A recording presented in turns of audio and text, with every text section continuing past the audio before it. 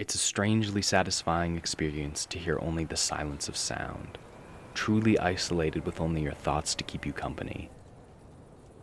You see, in the world we all call life, there was never a time allotted or an effort put forth to speak truly and honestly with ourselves about our emotions.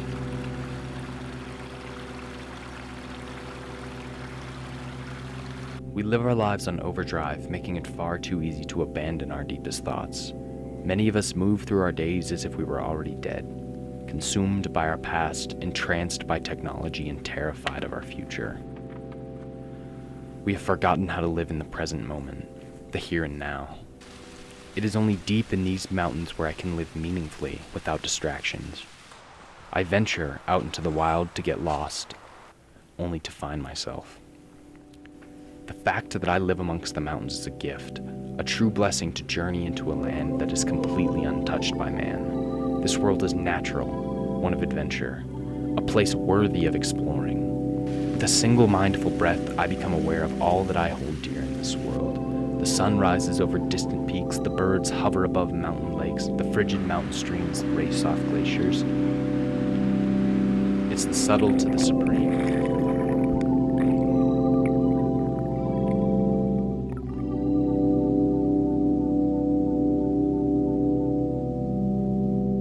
There is no place I would rather live.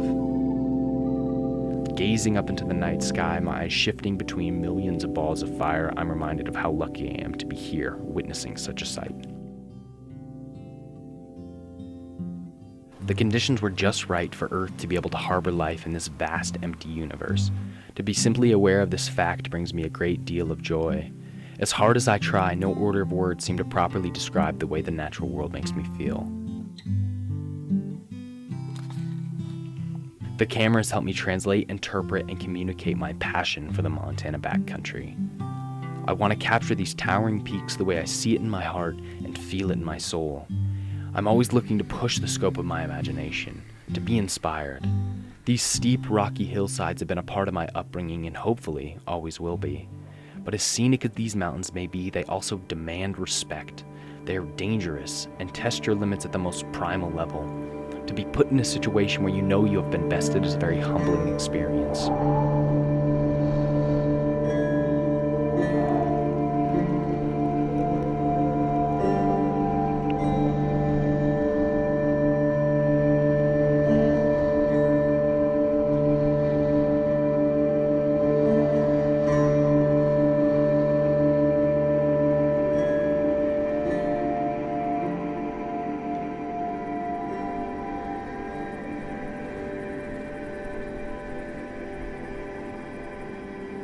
The spectrum of emotion is what draws me out time and time again. I found that this joy and bliss is only complete with humbling apprehension. It is a very naive idea to think that a place can exist with just joy and happiness, because without the angst of being out here, isolated amongst the mountains, it would be truly impossible to appreciate the spectacle that they are. Once I'm stood triumphantly with my head in the clouds above this beautiful world, I feel truly alive. These are the views that send chills down my spine. You see, in those few minutes stood atop the roof of the world, everything is perfect. There was no sugary cliche or ambiguous metaphor. This is simply who I am and what I love to do. It is out here where I'm the happiest.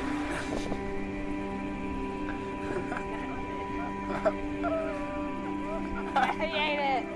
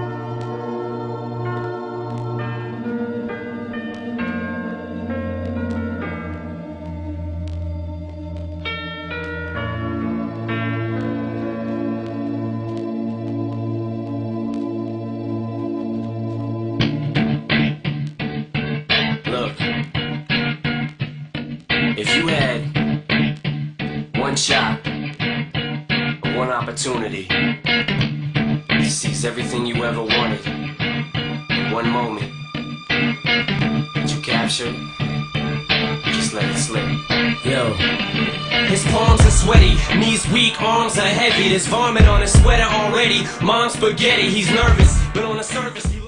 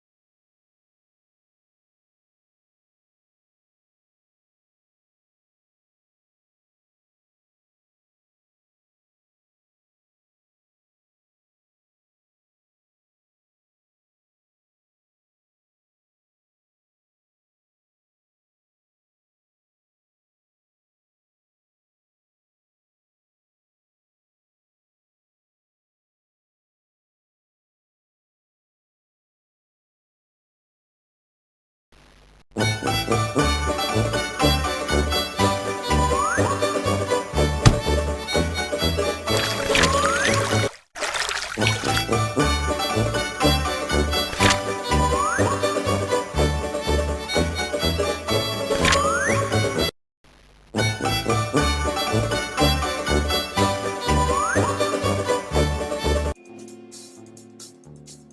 you kill Josie? No. I didn't kill Yes, Josie. you did. I didn't. You killed her. You killed her with this cinder block because she killed her boyfriend. I didn't mean to drop it on him. Screw you. Justice.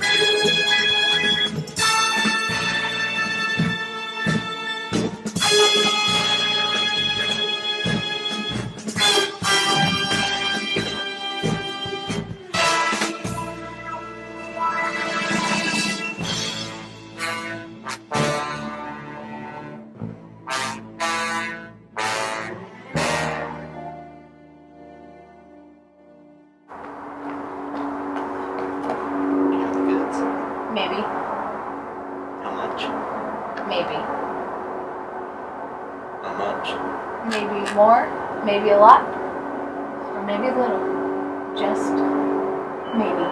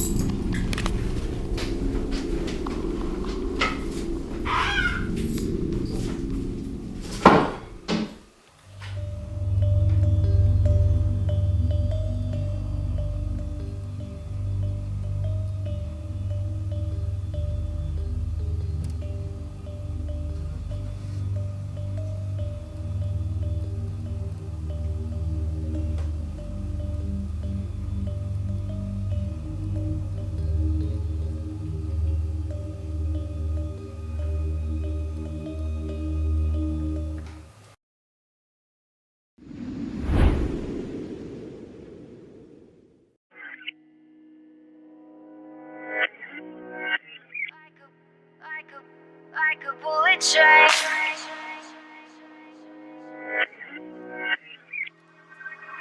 moving like the speed of sound. Feet can't keep on the ground. Can't stay in one place. Keep moving like a bullet train. Like a bullet train.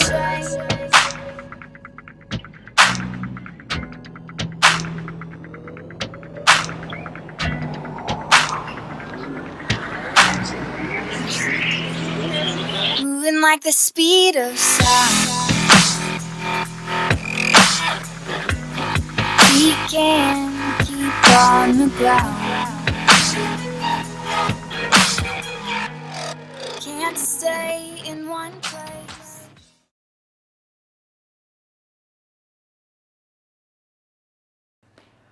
I just don't feel like I did anything unusual. I just did what I thought needed to be done, and it's turned out like this.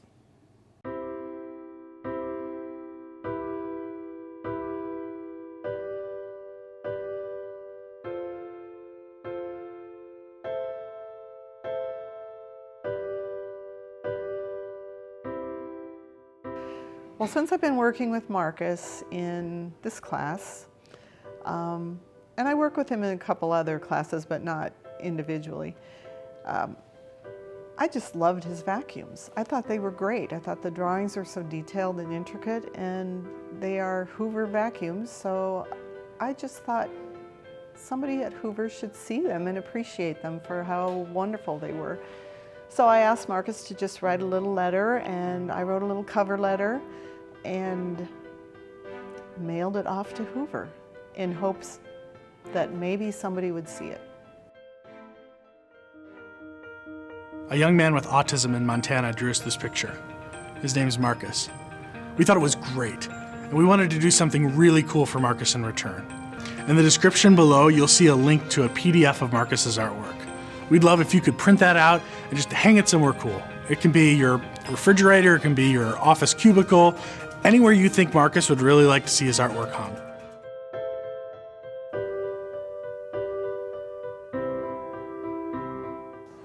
It's amazing because there are other people that are autistic just like myself, and this is to show that they can be popular, and because I know a lot of people with autism get picked on a lot and criticized, and this is just to show them that you can do it, you know. I had no idea this would happen. I thought maybe we'd get a letter or great pictures, we appreciate it, thanks so much, Marcus is a great kid. I had no clue that they would go to the lengths they have. Andy Netzel at Hoover has just been phenomenal, and his whole crew, we've been emailing. He's so excited. The whole place there, he said, was in tears yesterday. Drawing is one of my passions, and because I love artwork, and I like to draw vacuums because I love vacuums. When I was a little kid, I used to get nervous and scared when my dad or my grandma would turn on the vacuum because it scared me. But now I'm used to it. As a professional, it's so rewarding to see one of your students be just over the moon.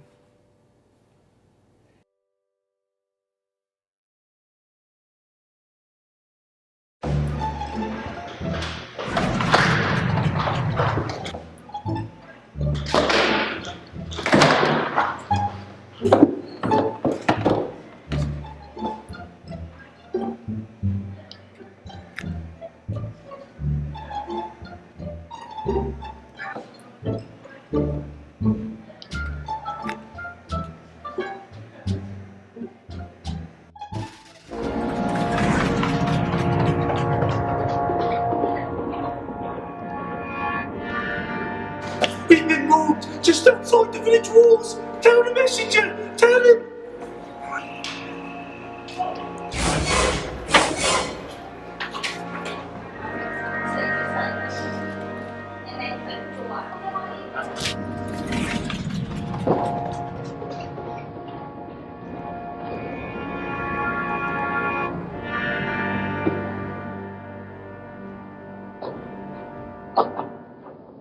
Don't steal. or else.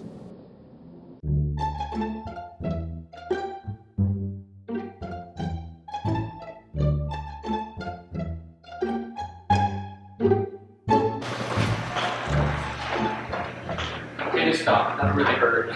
You filming? God damn, hey, dude, you have to say go. Just wait. Just, you have to say go. You ready?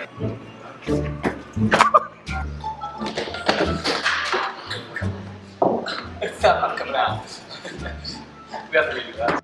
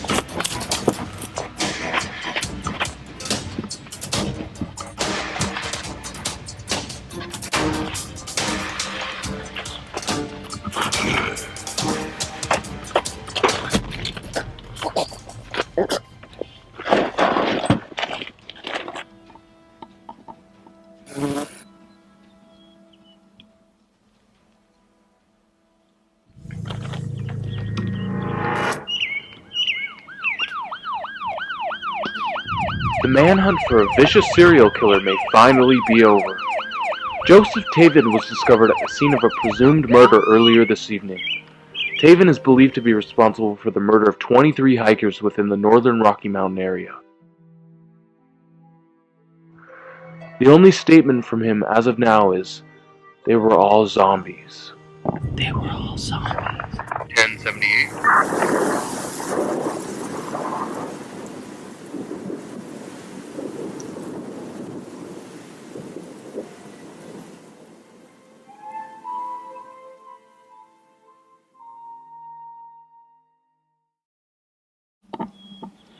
Oh, it looks like you have a boner. Fix it. Climate change has become a worldwide phenomenon. And the Citizen Science program at Glacier National Park is a way that members of the community can take an active role in climate change research at the park. Citizen scientist Jessica Frendick had this to say. I know that, according to pictures, that it's been changing drastically, how little ice is left. It's really sad. The Citizen Science program at Glacier Park is a program where members of the community can help with recording sightings of wildlife and changes in the park. Citizen Science Coordinator Jamie Belts said that with the program being so new, the study of global warming is going rather slowly. One of the things that is challenging with climate change research is that things don't happen really quickly. A lot of the, predictions that have been made about what climate change impacts are going to occur are just that, they're predictions. Taking the data they have now, citizen scientists will begin to make predictions of what they will need to do in the future. However, other scientists believe that changes need to be made now. Following this for the last several years, it does seem that many of the predictions made years ago are beginning to come more and more true, and there's always variation year to year, and you can always explain it as, this is the exceptional year, but we seem to be having a lot of exceptional years. Although the Citizen Science program is rather new, they're continuing to research to help make predictions for the park's future. For PBS Student Reporting Labs, this is Sawyer Morris.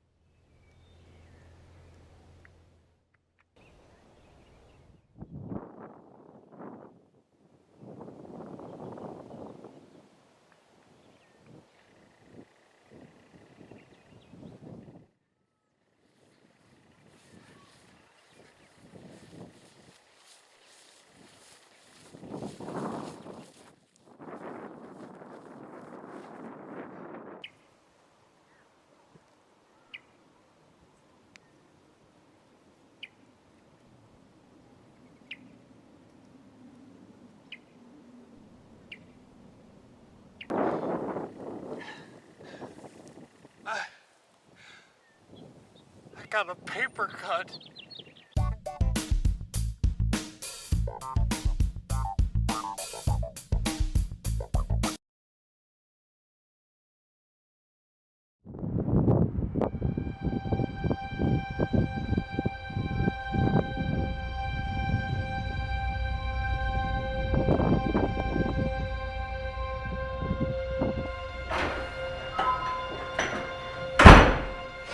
Levi? Levi? Levi?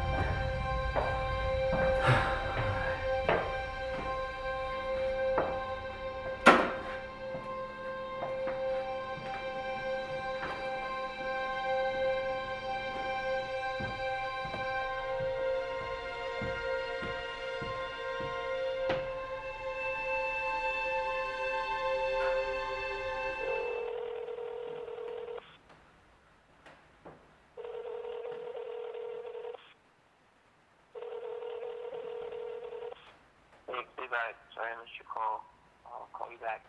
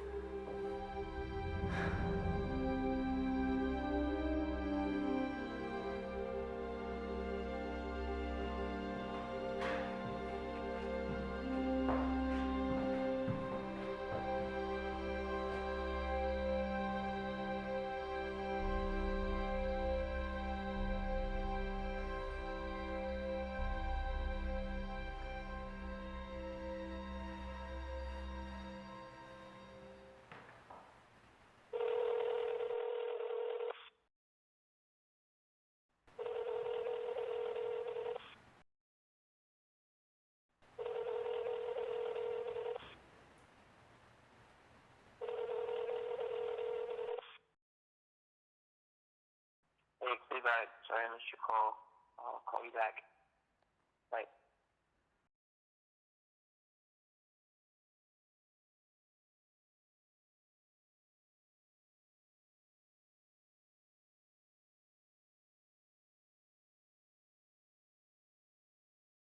Vo Von Salen has been running marathons for 7 years. This April, he got the chance to participate in the 117th Boston Marathon for the first time. Well, the Boston Marathon is like the marathon to run. If you're a marathoner, that's where you want to go. Everyone. From the second he got there, Von Salen says it was a celebration.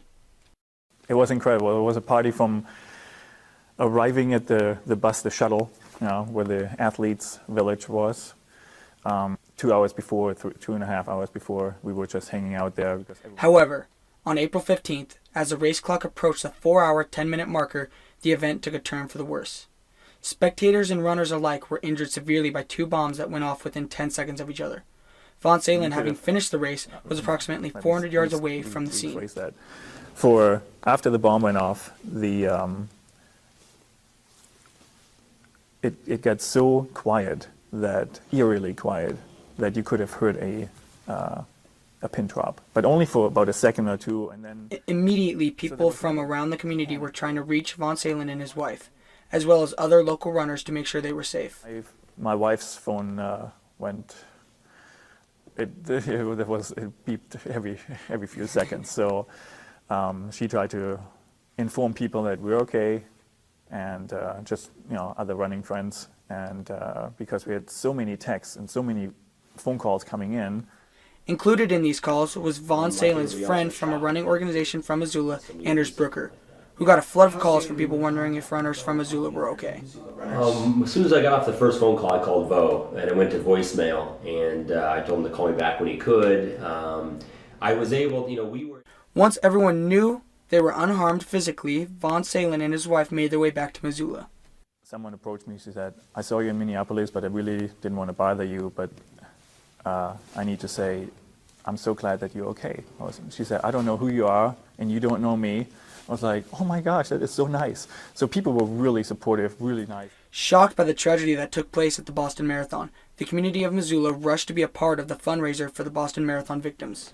A bunch of running stores around the country got together and said on that Monday, the Monday after the Boston bombings, we're going to do a fundraiser for the One Fund Boston. Within 2 days, the stores had 500 shirts ordered and printed, not knowing if there was going to be too many or not enough. We sold out of those 500 shirts within 2 hours. We ended up having over 800 people at the race, and it raised over $16,000 for the One Fund Boston. So it was pretty cool. According to Von Salen, the small city of Missoula, Montana, with 67,000 people, raised the second most amount, only to fall behind Lincoln, Nebraska, with 300,000 people. Humanity is great, and the outreach after the bombing, what happened worldwide, I think it's incredible. Von Salen says that although he is shaken up that he or someone he knew could have been affected, the marathon taught him an important lesson. I don't know if it made me a better person. It made me maybe appreciate the moment and life a little bit more than before, because sometimes it's totally out of your hand what's happening. You can't control certain outcomes, and it will not affect my running career whatsoever, except that I will use some of this as fuel to run in my training and also in my races. So I will definitely want to go back there, and I will definitely run marathons and other races.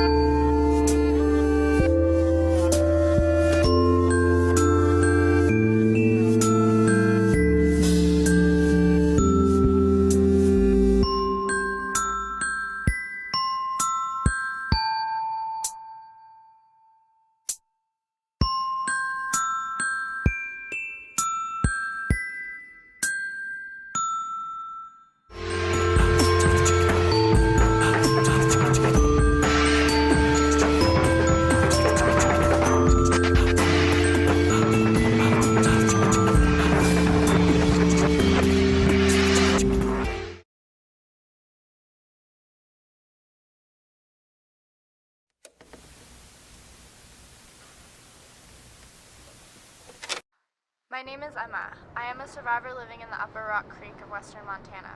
The valley is a sanctuary, untouched by the fallout. I'm broadcasting on all shortwave AM frequencies, but I will be waiting every day at noon when the sun is highest for contact. If you're out there, if anyone is out there, you're not alone. Please, I can't stand the silence anymore. I need to hear a voice, a plan, a glimpse of hope for humanity. Anyone?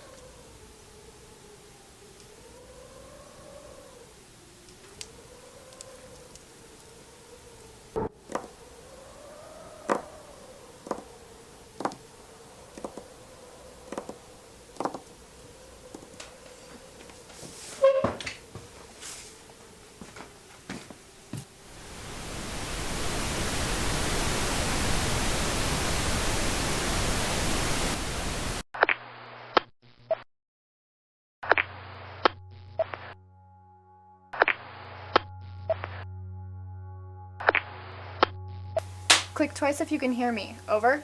I can provide food. I can provide shelter. Clean water. Halfway between mile markers 13 and 14, there's a turnoff. Down by the river, there's an old cable car. This is where I reside. Please, are you close? Can you make it alive? Please, travel safe. I will keep my radio on if you need anything. Just 3 clicks. Over and out.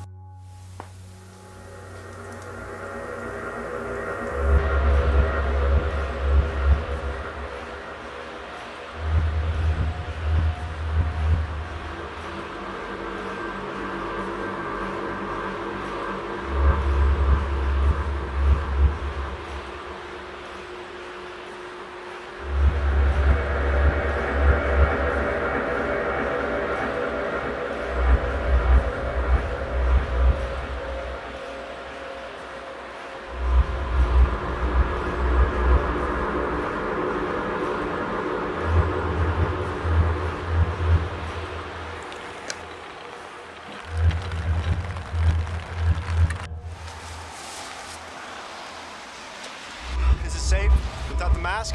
Yes, of course it is. Are you okay? Yeah, I'm just out of iodine tablets and need some rest.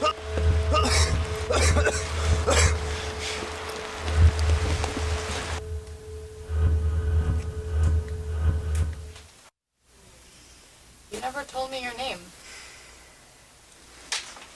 Adam. My name is Adam. This is clean? Yes, it comes from a spring up the hill. It's been cleaned for generations. Used to be an old moonshine cabin. Actually, my grandfather... This place is perfect. People just forget about this area. Listen, I'll be fine. I think I just need some rest. Right, of course. Let's see here. 101 fever, you'll be fine. Just get some rest.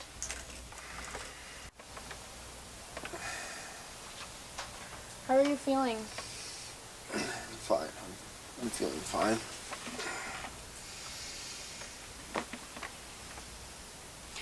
I have some potatoes if you want any. I wish I still had canned soup. That's fine. I'm not hungry. Potatoes? Did you grow those? Yes, of course. I have a small garden. Garden. Wow. The world was left destroyed, and yet this place seems to be untouched. It's almost poetic. Humanity has a second chance. Second chance. I've been living a nightmare. Everything outside of this valley is left destroyed. There is no second chance. You can't go out there. You don't want to see what's beyond this valley.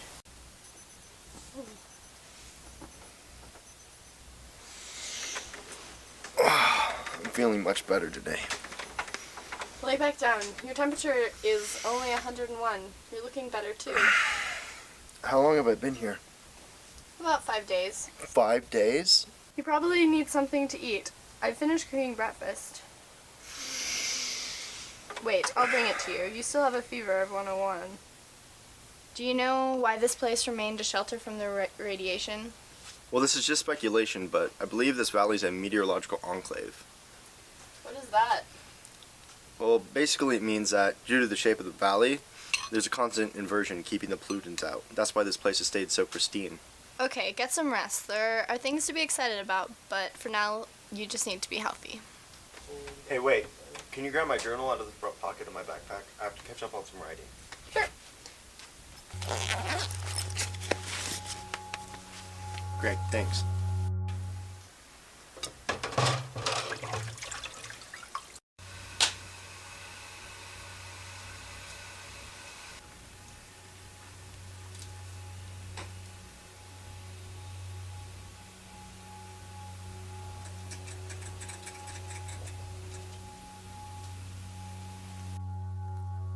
I'm not alone. The world is a much brighter place. I for so long felt that I never had anything to live for. She's in my dreams. She's angelic. She is in my every thought, a perfect specimen. My desire for her warm, moist flesh is intolerable. Her body, under me,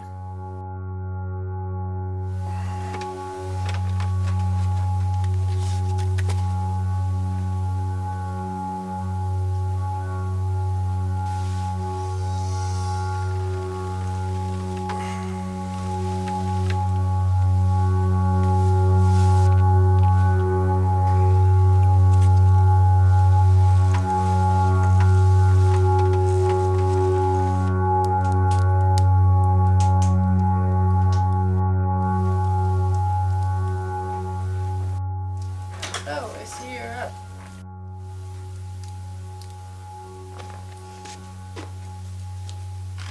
I want you to sleep in the bunkhouse. I don't think it's a good idea to sleep in here. Oh, you don't think it's a good idea to sleep in here? I was expecting to stay in here with you. I need to be stern on this. I don't know you very well. And, well, I thought you needed companionship. I need it too, and I'm here for you.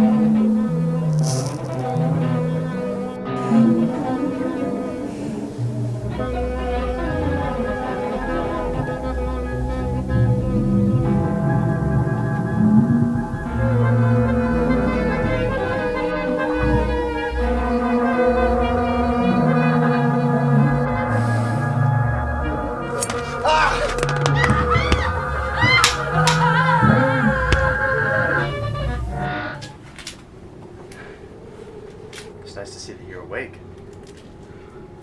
You know, I don't want to hurt you. I just can't afford to lose you. Shh, shh. Listen, we can live here together, and then you don't ever have to leave. You don't want to see what's beyond this valley. You don't want to go out there. Don't move. I'll be back.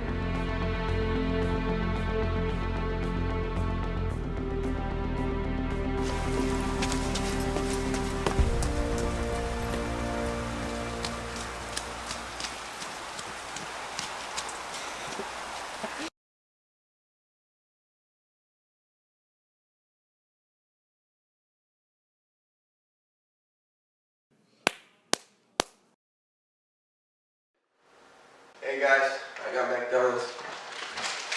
How many times do I have to tell you it's McDonald's, not McDonald's? That's what I say, McDonald's. Lucas, oh my god.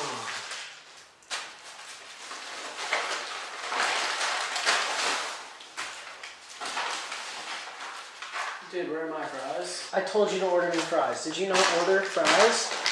Not in here, look. Dude, I got 2 fries. Look at the receipt. 2 fries. We're gonna share those fries. No, we're not. Those are my fries. Alright, well then it's Rochambeau for it. I don't know how to Rochambeau. Dude, you've never played rock, paper, scissors? No, never. Alright, so you have a rock, you have paper, and you have scissors. Okay? Rock crushes scissors. Okay? Scissors cuts paper. Paper covers rock. Do you get that? No, I don't. What don't you understand? It's so simple. I get how rock crushes scissors, and scissors cuts paper, but I don't get how paper beats rock. Paper just covers rock. That's how it is. Rock doesn't care. Paper just sits there protecting the rock. Why don't you come up with something else? Dude, it should be more like rock, scissors, bomb. Just give me the fries. Dude, you ate all of the fries?